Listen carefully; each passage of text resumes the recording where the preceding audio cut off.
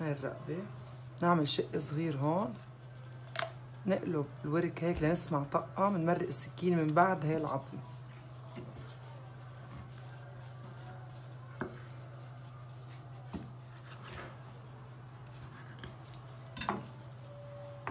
نقلبه هيك، نشق شقة صغيرة، هيدي العظمة، نمرق السكينة من هون بكل سهولة.